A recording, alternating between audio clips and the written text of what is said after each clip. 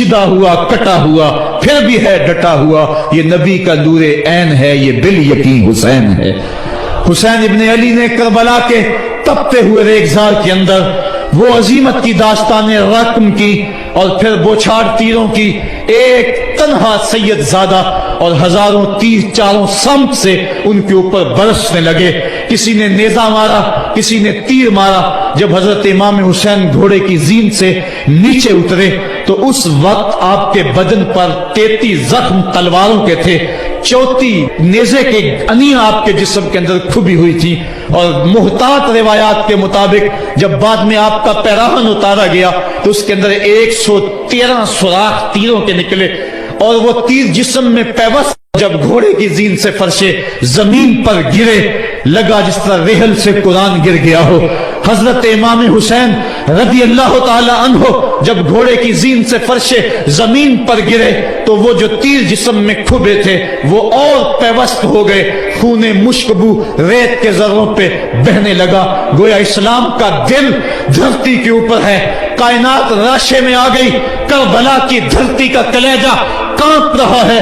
حضرت ام سلمہ کو حضور نے کربلا کی مٹی دی، کہا جب یہ خون بن جائے تو سمجھ لینا کہ میرا حسین شہید کر دیا گیا ہے۔ وہ مدینے کے اندر خواب دیکھتی ہیں کہ آقا کریم علیہ السلام داڑھی مبارک کے اندر گرد مبارک پڑی ہوئی ہے اور بال الجھے ہوئے ہیں، گھبرا کے اٹھ کھڑی ہوئی کہ کیا ماجرا ہے، اور جلدی سے اس شیشی کو دیکھا تو وہ شیشی کا جو مٹی رکھی ہوئی تھی وہ خون بن گیا تھا، اور آپ نے کہا اہل مدینہ سن لو، حضرت امام شہید کر دیے گئے ہیں۔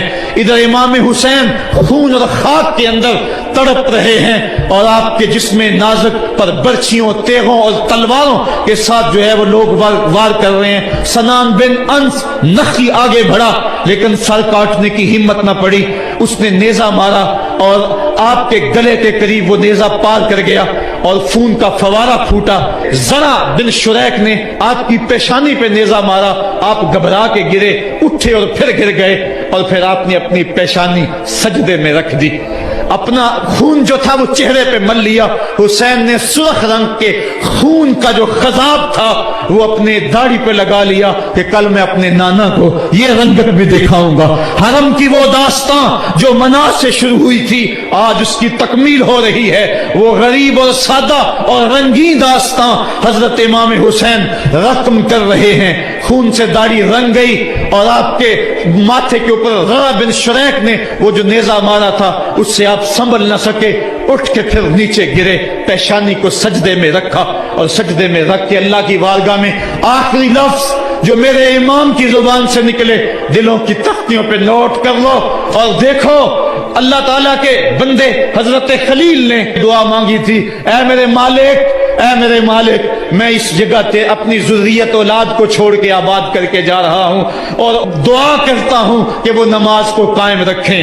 آج اس دعا کی تکمیل کا منظر لوگوں کے سامنے ہے کہ 113 تیر جسم میں کھبے، 34 تلواروں کے گھاؤ، اور وہ بھی راوی کہتے ہیں کہ ایک ایک گھاؤ میں کتنی کتنی تلواروں کے زخم تھے اور نیزے کی انیاں جسم میں کھبی ہوئی تھی، آپ کے کلیجے کے اندر نیزے کی انی کو توڑ دیا گیا تھا۔ اس موقع پہ حضرت امام حسین رضی اللہ تعالی عنہ نے اپنے آپ کو سنبھال کے پیشانی کو ریت کے اوپر رکھا اور اللہ کی بارگاہ میں آخری لفظ حضرت امام حسین کے لبوں پہ جو مچلے خون نکل رہا تھا، اور خولی بن یزید آگے بڑھ کے سر انور کو جدا کرنے کی تیاریاں کر رہا تھا، سنان بن انس آگے بڑھا لیکن کپ کپا کے پیچھے ہو گیا، خولی بن یزید آگے بڑھا وہ بھی پیچھے ہو گیا، پھر شمر آیا اور شمر آپ کے جسم نازک کے اوپر بیٹھ گیا۔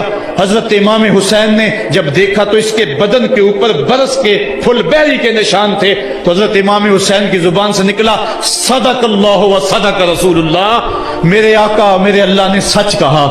اس نے کہا کیا سچ کہا؟ کہا ایک دن میں حضور کی خدمت میں حاضر تھا تو حضور نے فرمایا تھا میں دیکھ رہا ہوں ایک چتکبرا کتا میری اولاد کے خون میں منہ مار رہا ہے، آج میں دیکھ رہا ہوں کہ مصطفیٰ کریم کا وہ فرمان جو ہے وہ پورا ہو رہا ہے۔ وہ غصے میں آیا، امام جلدی اپنی پیشانی سجدے میں رکھی اور اللہ کی بارگاہ میں امام کے آخری لفظ تھے اللہم رضن بقضائک وصبرن علی بلائک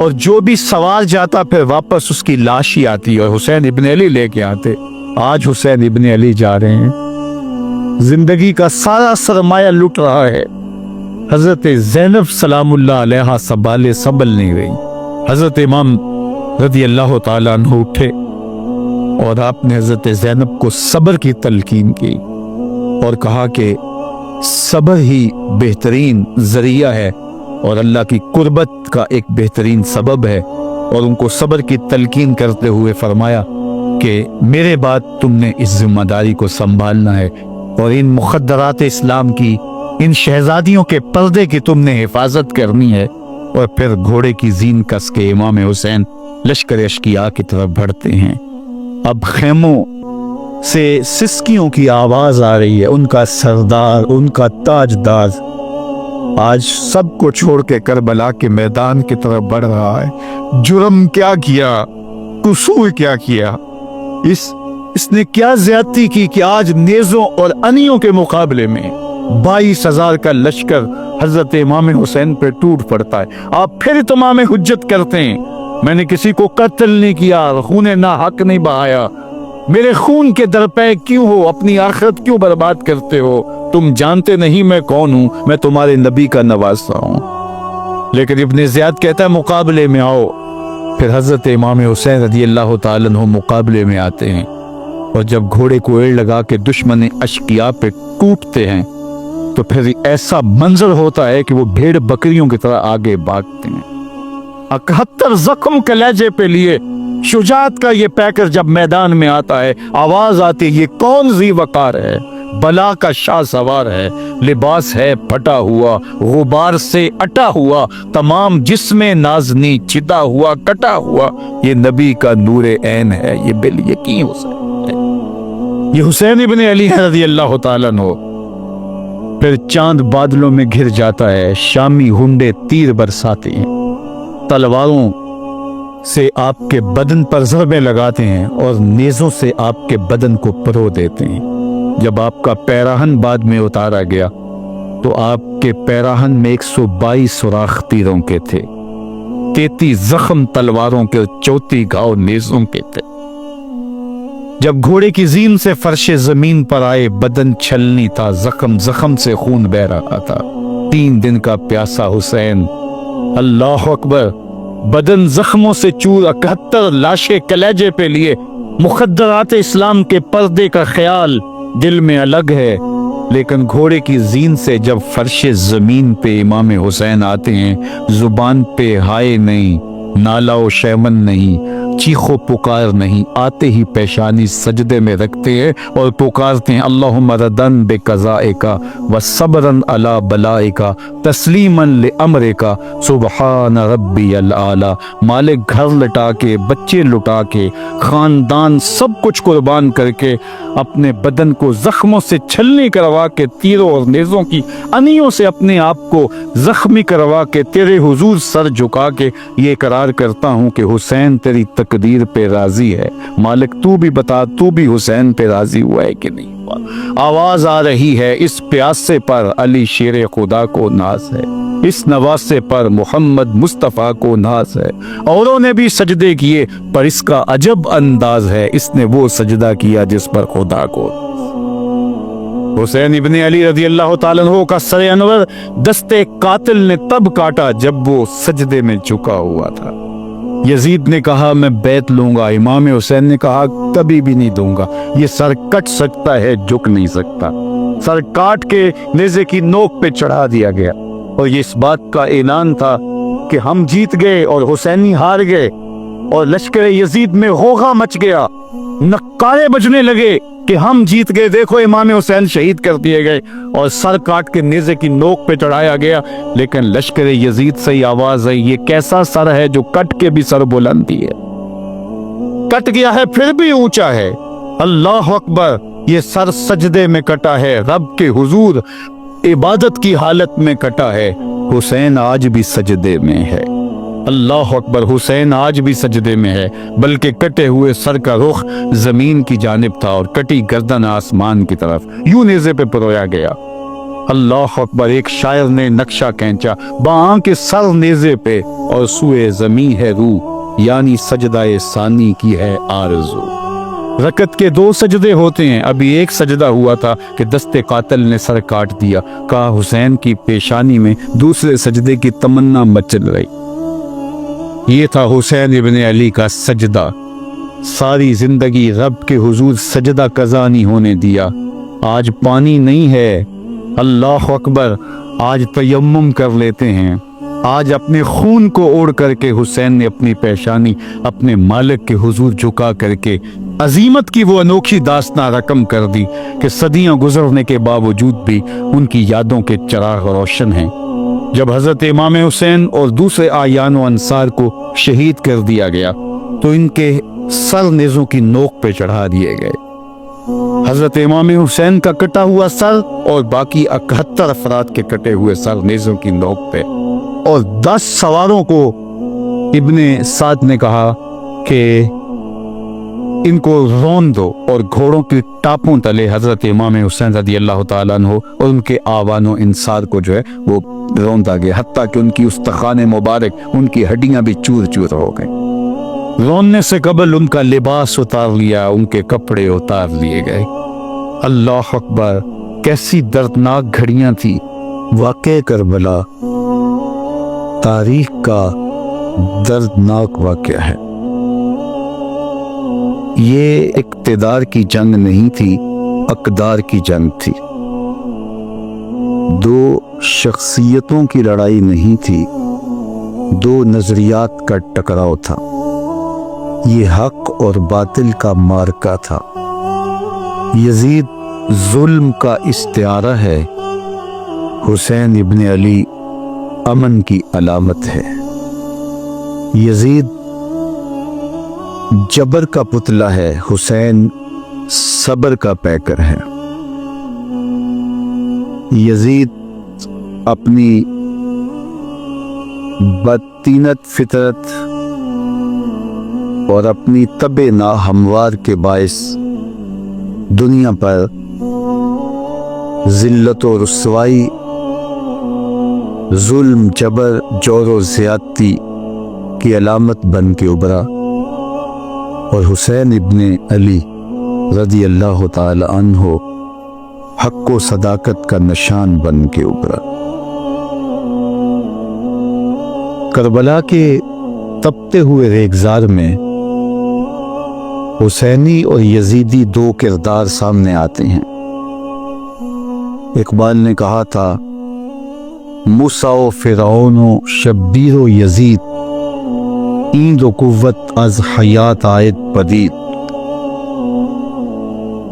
زندہ حق از قوت شبیری است، باطل آخر داغ حسرت میری است، سرخ رو عشق غیور از خون او، شوخی ای مصرع از مضمون او، تا قیامت قطع استبداد کر، موج خون او چمن ایجاد کر۔ یزید بہدل کی بیٹی میسون کا ناپاک بیٹا تھا، اور حسین محمد عربی کی بیٹی فاطمہ کا شہزادہ تھا۔ یزید دمشق کے اطراف میں سرجون اور جریر اختل جیسے اوباشوں کے جھرمٹ میں پل کے جوان ہوا۔ حسین کے گھر کا دروازہ مسجد نبوی کے اندر کھلتا تھا۔ یزید نشے میں دھت ہو کر کے نمازیں چھوڑ دیتا تھا۔ حسین کی کربلا کے اندر بھی نماز تہجد قضا نہیں ہوئی۔ یزید ظلم کا دوسرا نام ہے، حسین امن کی علامت ہے۔ یزید نے زندگی میں 1 مرتبہ حج کیا اور شراب کے مٹکے ساتھ لے کے آیا، اور اختل اور دیگر گویوں اور مغنیوں کو اپنے ساتھ رکھا تاکہ سفر آسانی سے کٹے۔ حسین ابن علی نے 25 حج سواری ہونے کے باوجود پیدل کیے۔ یزید حج بیت اللہ کے بعد مدینہ المنورہ آیا اور شراب کی ایک مجلس بپا کی۔ حضرت امام حسین رضی اللہ تعالی عنہ جب وہاں پہنچے تو شراب کی پھیلی ہوئی بدبو کو محسوس کرتے ہوئے فرمایا یہ بو کیسی ہے؟ تو نشے میں دھت یزید بولا یہ شام میں بنتی ہے، اور ایک جام منگوایا اور اس کو پیتے ہوئے دوسرا جام حضرت امام حسین رضی اللہ تعالی عنہ کی طرف بڑھاتے ہوئے کہا ابا عبداللہ لیجئے۔ تو حضرت امام حسین رضی اللہ تعالی عنہ نے فرمایا میں اس کی طرف دیکھتا بھی نہیں ہوں، اور پھر وہ عشقی اشعار پڑھنے لگا۔ جب یزید کی شراب نوشی کا منظر امام حسین رضی اللہ تعالی عنہ اپنی آنکھوں سے دیکھ چکے تھے تو مجھے بتاؤ یزید کے ہاتھ پہ امام حسین کا پاک ہاتھ کیسے آتا؟ حضرت امام حسین رضی اللہ تعالی عنہ جس ماحول میں پلے تھے، جس ماحول میں پرورش پائی تھی، جس ماحول میں رہے تھے، وہ پاکیزہ اور تقدس مآب ماحول تھا۔ اور یزید کبھی اطراف دمشق میں، کبھی غوطہ میں، کبھی الخزرہ محل میں، اور کبھی کہاں داد عیش دیتا رہا اور لہو و لعب کے اندر مصروف رہا، اور اس کی زندگی ان چیزوں سے عبارت تھی۔ وہ محرمات کو حلال قرار دیتا، شراب نوشی اس کی ہڈیوں میں رچی ہوئی تھی، اور شریعت بیضا کا مذاق اڑایا کرتا۔ اور حسین ابن علی رضی اللہ تعالی عنہ کی دوستیاں جن لوگوں سے تھی وہ عبداللہ ابن عباس تھے، عبداللہ ابن عمر تھے، حضرت عبد الرحمن بن ابو بکر رضی اللہ تعالی عنہ تھے۔ یزید تو جوا کھیلتا رہا، یزید تو قمار بازی کرتا رہا، یزید تو شراب نوشی کرتا رہا، اور حسین ابن علی مسجد نبوی کے منبر میں حضور کے پہلوؤں میں بیٹھتے رہے۔ زمانے نے وہ منظر دیکھا کہ سرخ رنگ کے جوڑے پہنے ہوئے حسنین کریمین حجرہ فاطمہ سے نکلتے ہیں، کم عمری کی وجہ سے کبھی گرتے ہیں کبھی سنبھلتے ہیں، اور آقا کریم خطبہ ارشاد کر رہے ہیں، خطبہ چھوڑ کے حضور نے شہزادوں کو اٹھا لیا۔ وہ منظر بھی زمانے نے دیکھا۔ حضرت عبداللہ بن شداد کہتے ہیں کہ حضور سجدے میں تھے اور سجدہ اتنا طویل ہو گیا، ہمیں لگا یا تو وحی کا نزول ہو رہا ہے یا پھر اللہ کا حکم آ گیا اور اللہ کے محبوب کی روح قبض کر لی گئی۔ لیکن میں نے جب نظریں اٹھا کے ننکیوں سے دیکھا تو کیا منظر تھا کہ حسین ابن علی حضور کی پشت پہ بیٹھے ہوئے اور میرے آقا سجدے کو طول دے رہے۔ اللہ اکبر! حسین کے لیے پیغمبر کے سجدوں کو طول دیا جا رہا ہے۔ حسین ابن علی کبھی منبر پہ حضور کی اطراف میں بیٹھتے ہیں۔ وہ منظر بھی دنیا نے دیکھا کہ حضور کے مبارک کندھوں پر حسین ابن علی بیٹھے ہیں اور حضور کی زلفوں کو پکڑا ہوا ہے۔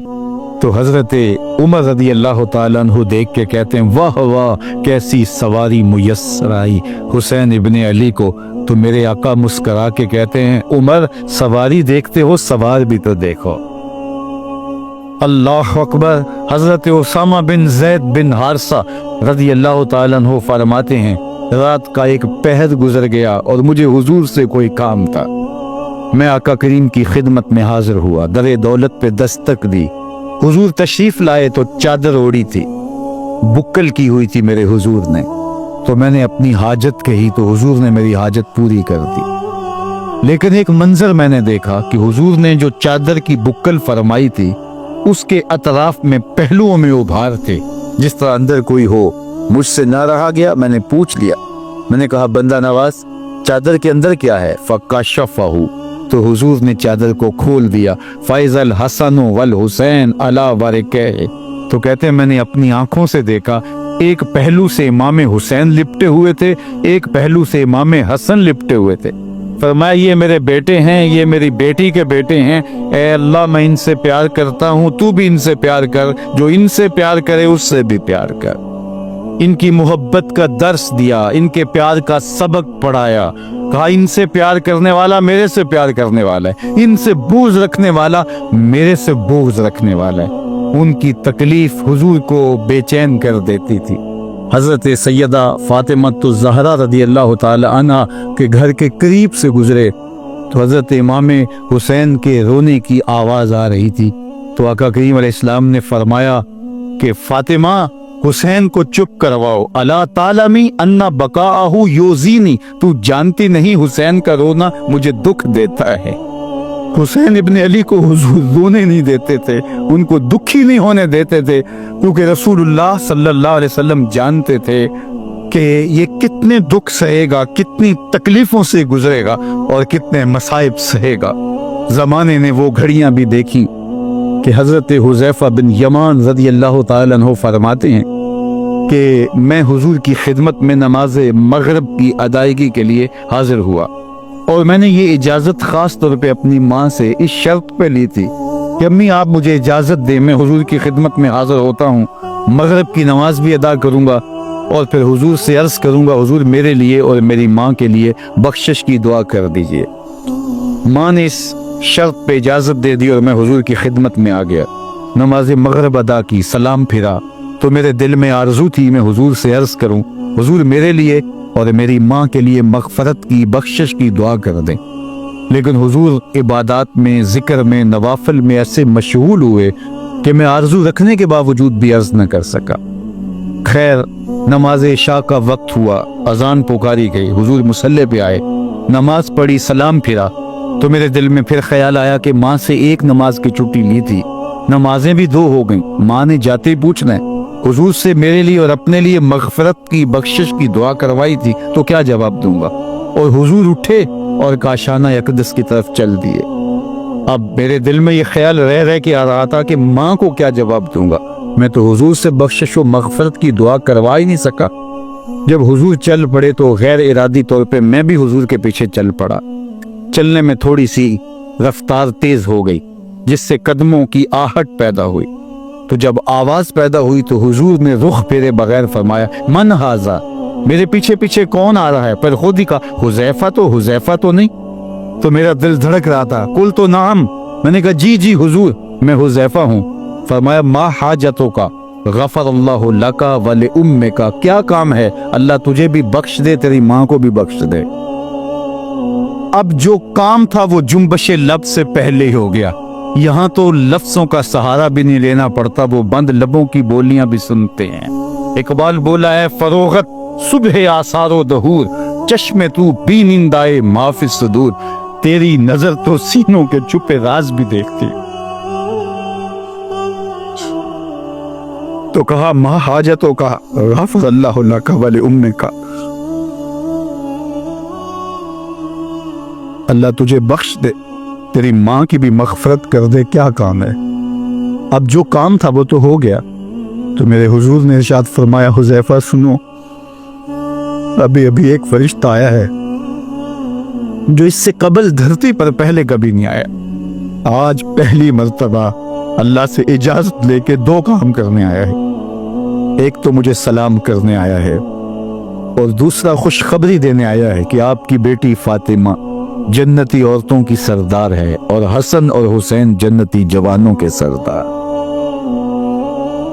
ایک طرف یزید ناپاک محسون کا پلیت بیٹا اور ایک طرف محمد عربی کا نواسا، فاطمہ کے دودھ کا اثر، علی المرتضیٰ کے خون کی تاثیر، رسول اللہ صلی اللہ علیہ وسلم کے کندھوں پہ بیٹھنے والا۔ ایک دن حضور نے امام حسین رضی اللہ تعالیٰ عنہ کے ہاتھ پکڑ لیے اور ان کے پاؤں اپنے پاؤں پہ رکھے اور پھر فرمایا بیٹے آگے بڑھو، اور ان کے پاؤں حضور کی پنڈلیوں پہ آئے، پھر کہا بیٹے اور آگے بڑھو، حتیٰ کہ ان کے پاؤں حضور کی رانوں پہ آئے، پھر فرمایا بیٹا اور آگے بڑھو، تو ان کے پاؤں حضور کے مبارک بطن اقدس پہ آئے، پھر بازوؤں کو کھینچ کے اپنے قریب کیا اور حسین ابن علی کے منہ میں اپنی زبان رکھ دی، اور وہ اس طرح چوس رہے تھے جس طرح کھجور چوسی جاتی ہے۔ تو اللہ کے محبوب علیہ السلام نے حسین ابن علی کو اپنی زبان کا لعاب دہن دے کر کے، وہ شیر رحمت دے کر کے، وہ کوثر و تسلیم سے پاکیزہ تر آب رحمت عطا کر کے ان کی ہمیشہ کے لیے پیاس بجھا دی، تاکہ کل کربلا کے تپتے ہوئے ریگزار میں حسین ابن علی کو پیاس کی شدت تنگ نہ کرے اور پائے استقلال میں لغزش نہ آنے پائے۔ ان نازوں سے پالے ہوئے حسین کو، ان محبتوں سے پالے ہوئے حسین ابن علی کو امتحان بھی اتنے بڑے درپیش تھے۔ یاری تیری سونا پر ازمیشہ تیریاں اگ، سونا پرکھیا جاندہ ہے نال اگاں دے لگ۔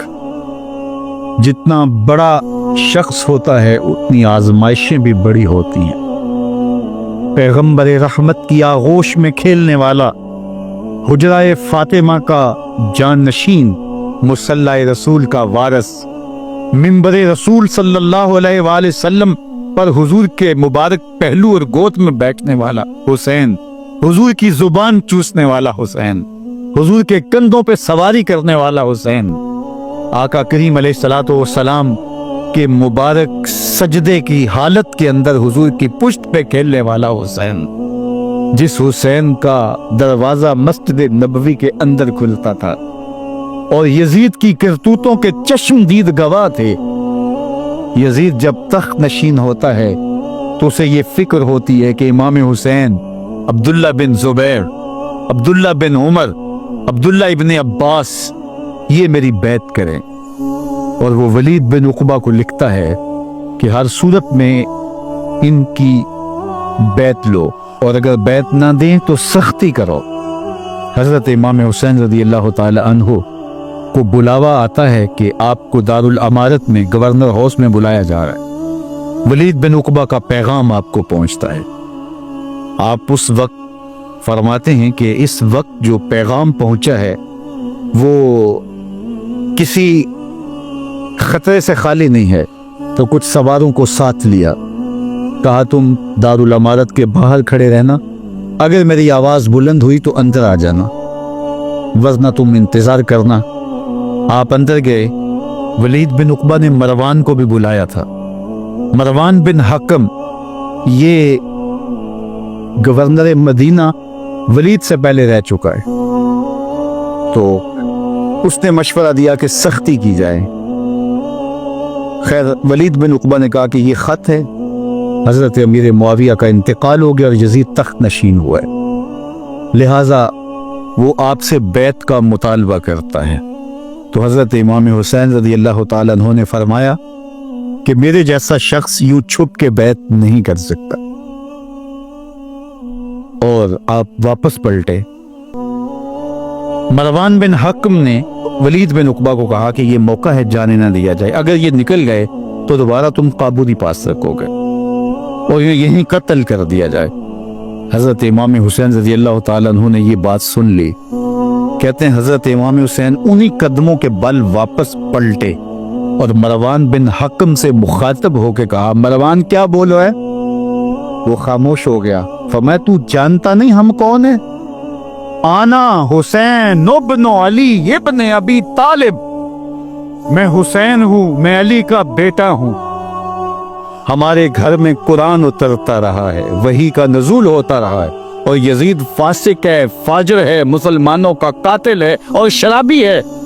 میں ڈنکے کی چوٹ پہ یزید کی بیعت سے انکار کرتا ہوں۔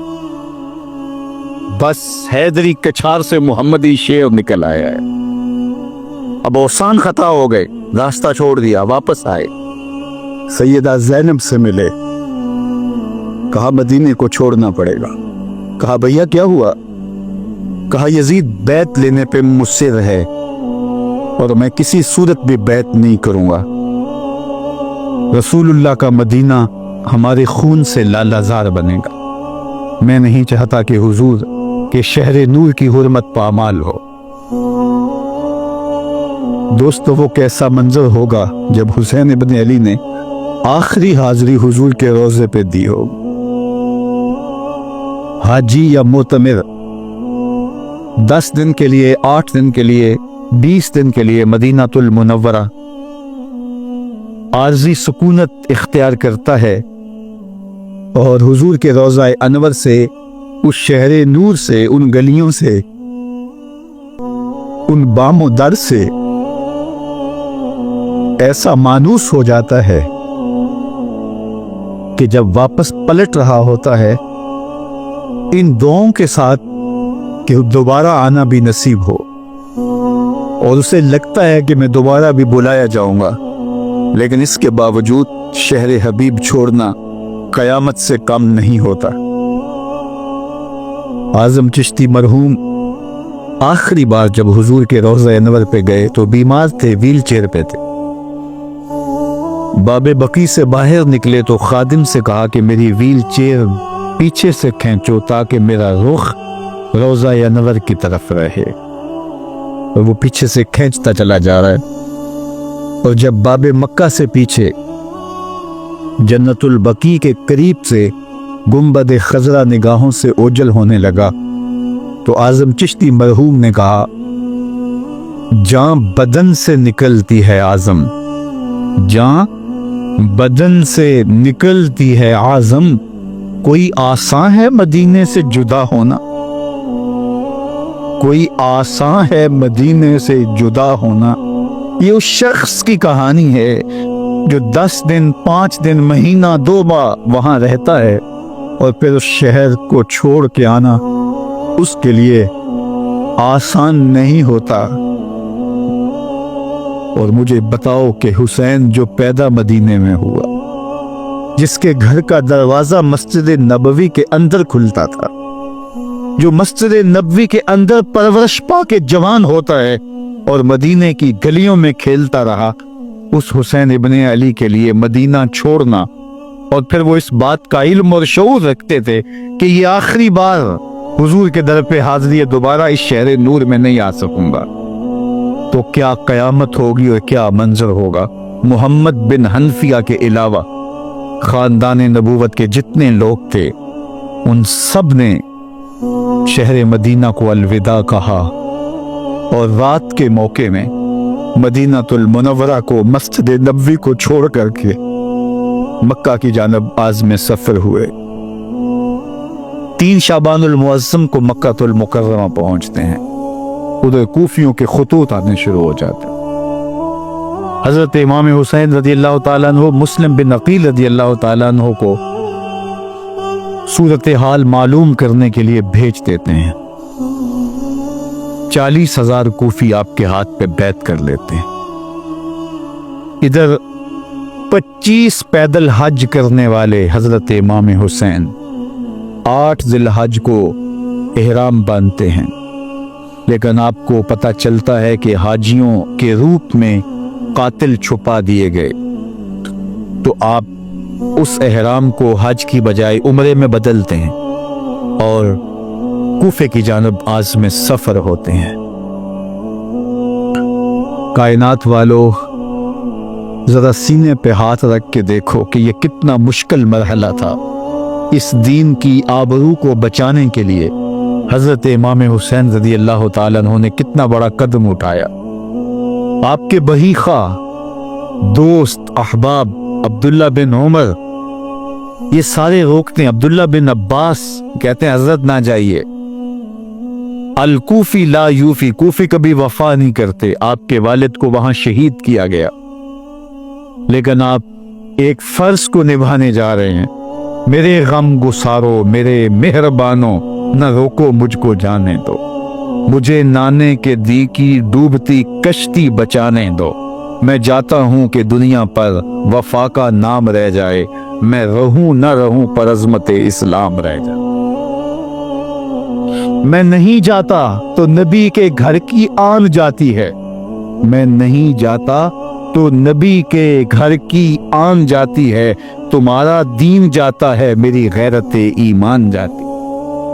حضرت امام حسین یہاں سے چلتے ہیں، ابھی راستے میں ہی پہنچتے ہیں کہ یہ خبر آتی ہے کہ کوفے والوں نے بے وفائی کر دی، حضرت مسلم بن عقیل رضی اللہ تعالیٰ عنہ کو شہید کر دیا گیا، نعمان بن بشیر معزول کر دیے گئے، ابن مرجانہ ابن زیاد وہاں متعین کر دیا گیا جو سخت گیر شخص تھا، اور اس نے لوگوں کو ڈرایا دمکایا، اور کوفے کے لوگوں کے دل بدل گئے اور وہ بیتیں توڑنے لگے۔ وہ منظر مسجد کوفہ کا کتنا دلگداز تھا، جب امام نماز کے لیے کھڑے ہوئے تو 40,000 لوگ آپ کے پیچھے تھا۔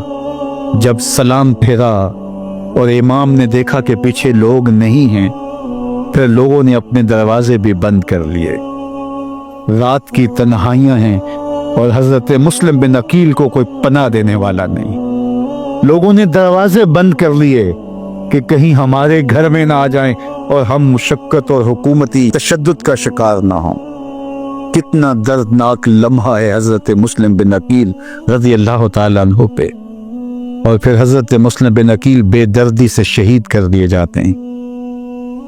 آپ ابھی راستے میں ہیں، یہ ساری کہانی پہنچتی ہے کہ حضرت مسلم شہید کر دیے گئے اور بے دردی سے شہید کر دیے گئے۔ وہ جنہوں نے خط لکھے تھے کہ ہم آپ کے ساتھ ہیں اور ہم منتظر ہیں، چشم بڑا ہیں، آپ کے قدموں کی چاپ سننے کے لیے بےتاب ہیں، آج انہوں نے بیتیں توڑ دی۔ 40,000 کوفی منحرف ہو گئے۔ مسجد کوفہ کا وہ منظر کس قدر روح کو تڑپا دینے والا تھا۔ ہم پچھلے سال عصر اور مغرب کے درمیان جب کوفہ پہنچے تو سورج ڈوبنے کے قریب تھا۔ میں نے اپنی زندگی میں اتنا اداس موسم کہیں نہیں دیکھا جتنا اداس موسم کوفے میں دیکھا۔ ایسے لگتا تھا جس طرح کوفے کی آب و ہوا آج بھی شرمندہ ہے۔ جو مسلم بن عقیل اور خاندان نبوت کے ساتھ اہل کوفہ نے کیا، حضرت امام حسین رضی اللہ تعالیٰ عنہ کو ان کے بہی خواہوں نے، اعزاء نے، اقربا نے، دوستوں نے، آوان و انصار نے، ساتھیوں نے کہا کہ حضرت حالات یکسر تبدیل ہو گئے، اب ہمیں مراجعت کر جانی چاہیے، واپس پلٹ جانا چاہیے۔ تو حضرت امام حسین کافی سوچ بچار میں رہے۔ پھر اس کے بعد آپ نے فیصلہ کیا کہ ہم آگے بڑھیں گے۔ دوستوں نے کہا کہ حضرت اگر آپ آگے بڑھیں گے تو ہمیں لگتا ہے کہ وہ آپ کے ساتھ سلوک اچھا نہیں کریں گے اور آپ بچوں کے سامنے پیاس سے شہید کر دیے جائیں گے۔ تو حضرت امام حسین رضی اللہ تعالیٰ عنہ نے وہاں ایک خطبہ ارشاد فرمایا کہ لوگوں، تم جو مجھے بتا رہے ہو مجھے اچھی طرح معلوم ہے، جو تم مجھے منظر پیش کر رہے ہو وہ میری نگاہوں میں ہے، اور جو کچھ ہونے والا ہے چشم تصور وہ منظر دیکھ رہی ہے۔ کیونکہ حضرت امام حسین رضی اللہ تعالیٰ عنہ کی شہادت کی خبر حضرت امام حسین کے پیدا ہوتے ہی خاندان نبوت میں عام تھی۔ حضور علیہ الصلوۃ والسلام کو یہ بات جبریل امین نے آ کے بتائی تھی جب حسین ابن علی کے ساتھ حضور محبت کا اظہار کر رہے تھے۔ تو یہ جبریل امین نے آ کے کہا تھا حضور آپ کا یہ بیٹا ارض طف میں شہید کر دیا جائے گا، اور کربلا کی مٹی لا کے حضور کو دی اور ام سلمہ کو حضور نے عطا کر دی۔ حضرت ام سلمہ کہتی ہیں کہ ایک دن میں سوئی تو خواب دیکھا کہ حضور کے مبارک بال بکھرے ہوئے ہیں اور سخت پریشان ہیں۔ تو میں نے کہا کہ حضور آپ کی یہ کیا حالت ہے؟ وَبِيَدِهِ قَارُورَةٌ، اور حضور کے ہاتھ میں ایک شیشی ہے، فیہا دمن، جس کے اندر خون ہے۔ تو میں نے کہا حضور یہ کیا؟ فرمایا میں قتل گاہ حسین سے آ رہا ہوں اور یہ حسین ابن علی کا خون ہے۔ تو کہا 10 محرم کا دن تھا، دوپہر کا یہ منظر تھا، میں کیلولہ کر کے اٹھی، جب میں نے دیکھا تو وہ شیشی جس میں کربلا کی مٹی رکھی تھی وہ خون بن چکی تھی۔ تو یہ خبر پہلے دی گئی تھی، یہ بتا دیا گیا تھا۔ فرمایا میرے دوستو جو تم مجھے بتاتے ہو میں اس سے بے خبر نہیں ہوں، یہ سب کچھ ہونے والا ہے، لیکن اس کے باوجود میں کیوں جا رہا ہوں؟ تو آپ کا ایک تاریخ ساز جملہ ہے جو کربلا کے فلسفے کو ہمارے سامنے رکھتا ہے کہ یہ اتنا بڑا امتحان کیوں دیا۔ حضرت امام حسین رضی اللہ تعالیٰ عنہ نے فرمایا وَلَكُمْ فِيَّ أُسْوَةٌ، میں اس لیے جا رہا ہوں قیامت تک ظلم، جبر اور ناانصافی کے خلاف کھڑے ہونے والوں کے لیے کوئی نمونہ تو ہو۔ میری زندگی قیامت تک ظلم، جبر اور استحصالی نظام کے خلاف کھڑے ہونے والوں کے لیے نمونہ ہے۔ تو حضرت امام حسین رضی اللہ تعالیٰ عنہ نے حق اور باطل کے درمیان ایک سرخ لکیر کھینچ دی اپنے خون سے۔ اب حق اور باطل کا امتیاز کرنا مشکل نہیں ہے، کوئی باطل پہ اڑا رہے تو الگ بات ہے، لیکن امتیاز کرنا مشکل نہیں ہے۔ حدود بالکل واضح کر دی۔ اقبال نے یہاں کتنی خوبصورتی کے ساتھ اس مضمون کو نبھایا۔ سرخ رو عشق غیور از خون او، شوخی ای مصرع از مضمون او، تا قیامت قطع استبداد کر، موج خون او چمن ایجاد کر۔ ایک جہاں آباد کر دیا، حق اور باطل کی راہیں اجال دی۔ اب لوگوں کو یزید کا چہرہ پہچاننے میں دیر نہیں لگتی۔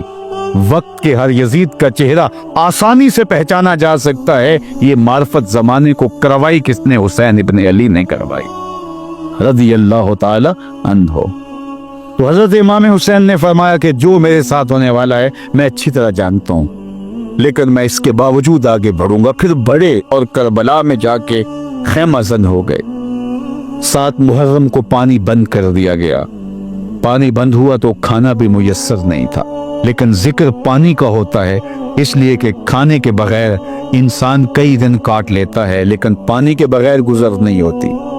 تو فرات کی نہر سامنے اپنی موجوں کے ساتھ چمک رہی ہے، لیکن ایک قطرہ آب بھی آل رسول کو نہیں دیا جا رہا۔ کائنات کے اندر ایسے انوکھے امتحان بھی ہوتے ہیں۔ وارثوں ساقی کوثر کے، مالک ہوں حوض کوثر کے، اور بیٹے ہوں ساقی کوثر کے، اور آج ایک بوند پانی کی بھی میسر نہ ہو۔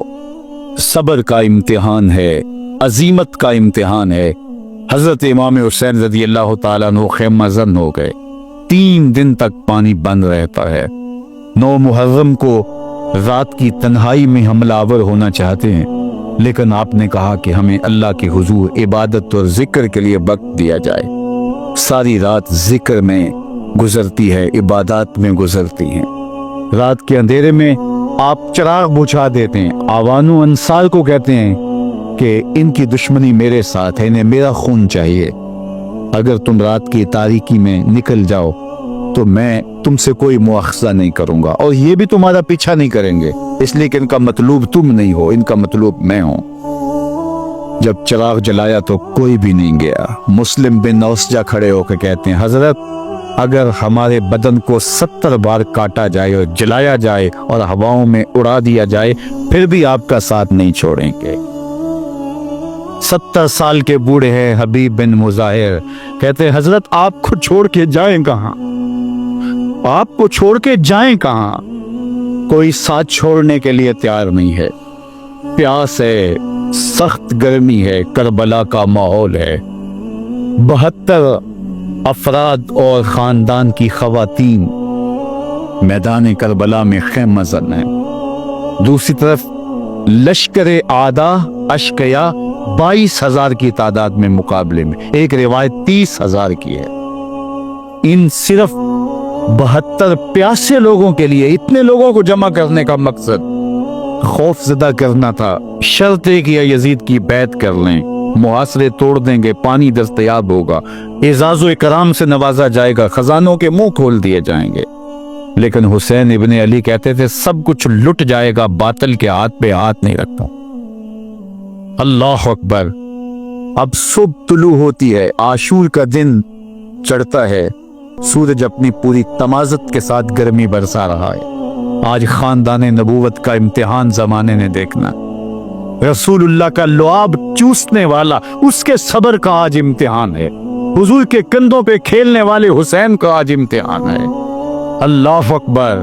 حسین ابن علی تمام حجت کرتے ہیں، میں نے تمہارا کچھ نہیں بگاڑا، میں نے کسی کا خون نہیں کیا، میں نے کوئی زیادتی نہیں کی، تم کیوں میرے قتل کے در پہ ہو؟ تم جانتے نہیں میں کون ہوں؟ میں تمہارے نبی کا نواسا ہوں، رسول اللہ صلی اللہ علیہ وآلہ وسلم کے کندھوں پہ کھیلتا رہا ہوں، حضور کا لعاب چوستا رہا ہوں، اور میں بوسہ گاہے رسول صلی اللہ علیہ وآلہ وسلم ہوں۔ لیکن ان اشقیاء کے دل پر کوئی چیز اثر انداز نہیں ہوتی۔ ایک ہور ہے، اللہ اس کے دل میں نرمی ڈالتا ہے۔ پہلے تو امام حسین کو گھیر کے لے کر کے آتا ہے، لیکن بعد میں وہ قافلہ یزید سے قافلہ حسین کی طرف آ جاتا ہے۔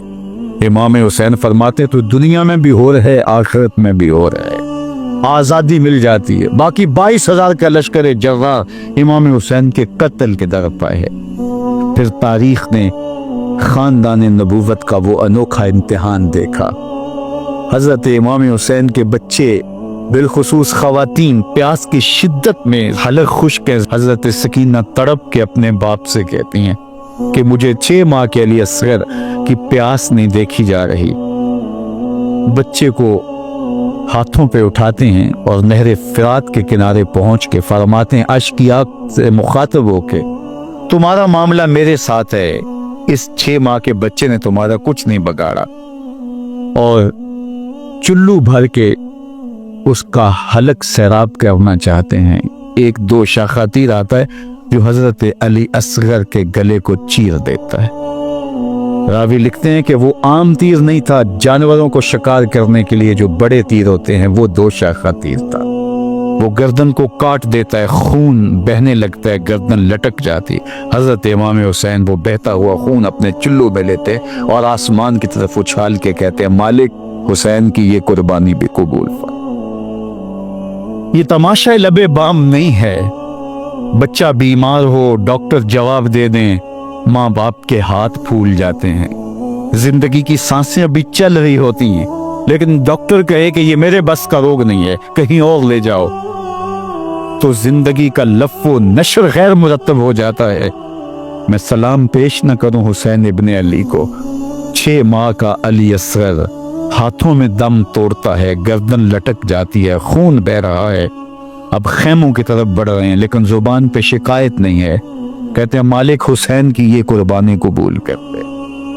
اب خیموں کی طرف آنا، شہر بانو، ام رباب، سیدہ زینب، حضرت سکینہ سلام اللہ علیہا کا سامنا کوئی آسان کام نہیں تھا، لیکن حسین ابن علی آتے ہیں، شہزادے کو یہاں خیموں کے قریب رکھ کے کہتے ہیں کہ یہ حوض کوثر سے سیراب ہو گیا ہے۔ اللہ اکبر، کوہرام مچ جاتا ہے خیموں کے اندر، کیا منظر ہوگا اور ان کو کن الفاظ کے پیرائے میں ڈھال کر کے ان کیفیات کو بیان کیا جا سکتا ہے جو اہل بیت کے خیموں کے اندر علی اصغر کی شہادت کے بعد کا منظر رقم ہو رہا ہوگا۔ اللہ اکبر، ادھر اشکیا آوازیں دے رہے ہیں، مبارزت کے لیے پکار رہے ہیں۔ زمانے نے پھر وہ منظر بھی دیکھا کہ جوان بیٹے کو 18 سال کی کمائی حضرت امام حسین میدان عمل میں بھیج رہے ہیں۔ وہ علی اکبر جو حسین کا نور نظر ہے، آنکھوں کا قرار ہے، دل کی تسکین ہے۔ اور پھر حضرت علی اکبر جب گھوڑے کی زین سے فرش زمین پہ گرتے ہیں تو باپ کو آواز دیتے ہیں، اور حضرت امام حسین جو ہے وہ آگے جا کے بیٹے کی لاش اٹھاتے ہیں۔ اللہ اکبر، 18 سال کے بیٹے کی لاش کو کندھوں پہ اٹھا کے خیموں تک لاتے ہیں اور ہاتھ پھیلا کے کہتے ہیں مالک حسین کی یہ قربانی بھی قبول فرما۔ کبھی قاسم بن حسن کی لاش اٹھا کے لاتے ہیں، کبھی اونو محمد کی لاشیں اٹھا کے لاتے ہیں، بھتیجوں کی، بھانجوں کی، بھائی عباس کے کٹے ہوئے بازو اور زخموں سے چھدا ہوا لاشا۔ کیا کیا قیامتیں تھیں جو اس کربلا کے ایک میدان کے اندر نہیں توڑی گئیں۔ حضرت امام حسین پر دکھ پہ دکھ، تکلیفوں پہ تکلیفیں۔ اب 71 لاشیں اٹھا کے خیموں تک پہنچا چکے، اور ادھر مبارزت کی دعوت دی جا رہی، آؤ میدان عمل میں آؤ، اب دیر کیوں کر رہے ہو۔ رسول اللہ کا حرم، رسول اللہ کی شہزادیاں جو نازوں میں پلی تھی، وہ کلیاں جو شبنم کا بوجھ بھی گوارا نہیں کر سکتی تھی، آج مصیبتوں کے پہاڑ ٹوٹ گئے۔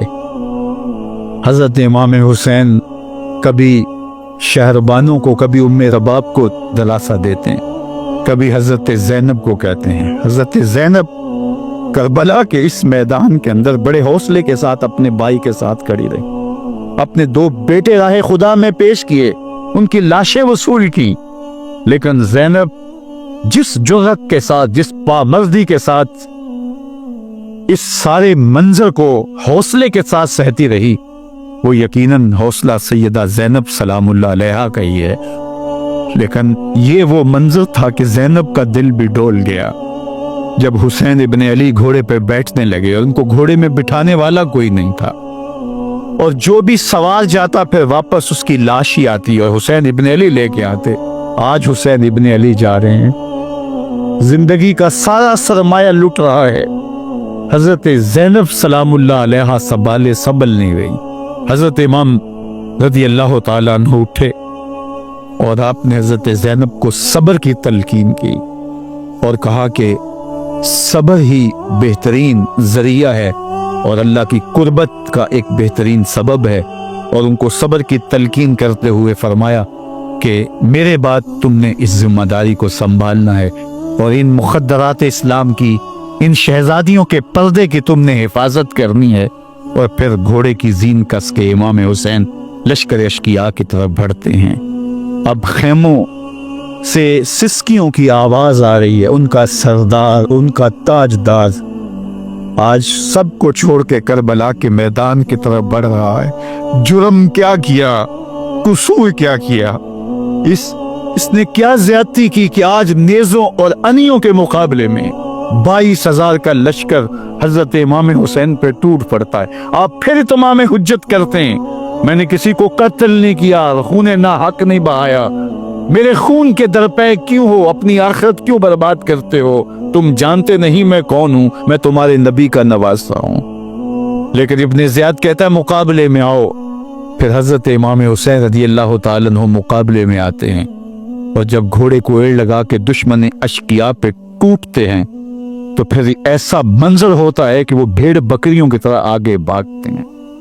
71 زخم کلیجے پہ لیے شجاعت کا یہ پیکر جب میدان میں آتا ہے، آواز آتی ہے یہ کون ذی وقار ہے، بلا کا شاہ سوار ہے، لباس ہے پھٹا ہوا، غبار سے اٹا ہوا، تمام جسم نازنی چتا ہوا کٹا ہوا، یہ نبی کا نور عین ہے، یہ بال یقین ہو سکتا ہے، یہ حسین ابن علی رضی اللہ تعالیٰ عنہ۔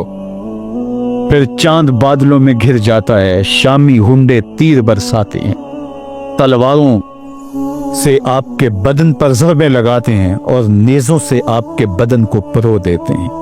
جب آپ کا پیراہن بعد میں اتارا گیا تو آپ کے پیراہن میں 122 سوراخ تیروں کے تھے، 33 زخم تلواروں کے، 34 گھاؤ نیزوں کے تھے۔ جب گھوڑے کی زین سے فرش زمین پر آئے، بدن چھلنی تھا، زخم زخم سے خون بہ رہا تھا۔ 3 دن کا پیاسا حسین، اللہ اکبر، بدن زخموں سے چور، 71 لاشیں کلیجے پہ لیے، مخدرات اسلام کے پردے کا خیال دل میں الگ ہے، لیکن گھوڑے کی زین سے جب فرش زمین پہ امام حسین آتے ہیں، زبان پہ ہائے نہیں، نالا و شیمن نہیں، چیخ و پکار نہیں، آتے ہی پیشانی سجدے میں رکھتے ہیں اور پکارتے ہیں اللہم ردن بقضائک و صبرن علی بلائک تسلیما لامرک سبحان ربی العالی۔ مالک گھر لٹا کے، بچے لٹا کے، خاندان سب کچھ قربان کر کے، اپنے بدن کو زخموں سے چھلنی کروا کے، تیروں اور نیزوں کی انیوں سے اپنے آپ کو زخمی کروا کے، تیرے حضور سر جھکا کے یہ اقرار کرتا ہوں کہ حسین تیری تقدیر پہ راضی ہے، مالک تو بھی بتا، تو بھی حسین پہ راضی ہوا ہے کہ نہیں ہوا؟ آواز آ رہی ہے اس پیاسے پر علی شیر خدا کو ناز ہے، اس نواسے پر محمد مصطفیٰ کو ناز ہے۔ اوروں نے بھی سجدے کیے پر اس کا عجب انداز ہے، اس نے وہ سجدہ کیا جس پر خدا کو۔ حسین ابن علی رضی اللہ تعالیٰ عنہ کا سر انور دستے قاتل نے تب کاٹا جب وہ سجدے میں جھکا ہوا تھا۔